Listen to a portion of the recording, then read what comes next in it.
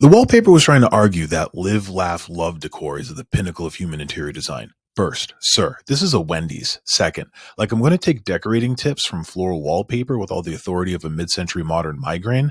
Did I ever tell you about the time I found out God has allergies?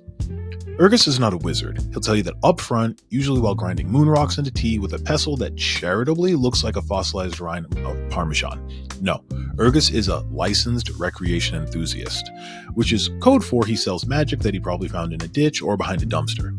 I wanted for something mild, something non-flammable, something that wouldn't make my reflection fall in love with me again. He said, "Good news, I got just the thing." He handed me a glowing vial labeled, "Blessing, bottled, do not shake."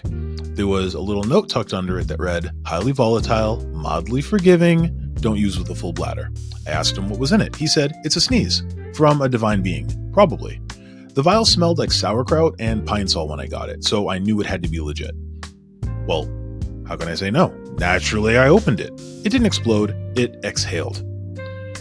That sound is weird. It's like the sound of a choir giving up or British soccer fans when their star player trips on their shoelaces. Immediately, my nose twitched. My eyes watered. I hiccuped and a bunch of silly string shot out of my ears. My shadow started clapping. I had one thought. This sneeze is alive. And then the blessing kicked in. My bread turned to coffee cake. You know, the one with that warm, sugar, crispy crust? Hell yeah. My socks paired themselves. My mother-in-law nodded in approval. I'm not even married.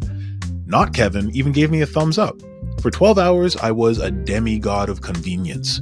Every toilet paper roll I touched was full. Every jar opened on the first try. There was no line at the drive-thru. Any drive-thru. Life was pretty good. But then it changed. Then came the cough. Then the sweat. Then the itching. It was worse than coming back from that knitting party I went to at the old folks' home. I sneezed once. A nearby squirrel turned into an insurance salesman and tried to offer me an extended warranty on my car. And when I didn't want to talk about that, it tried to talk to me about my Coinbase account. I sneezed again. My house sang a hymn in reverse Latin and then politely turned into generic store-brand mac and cheese.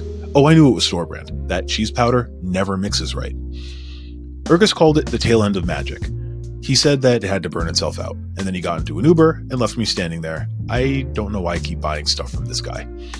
Moral of the story, next time you go to a knitting party, make sure to bring protection.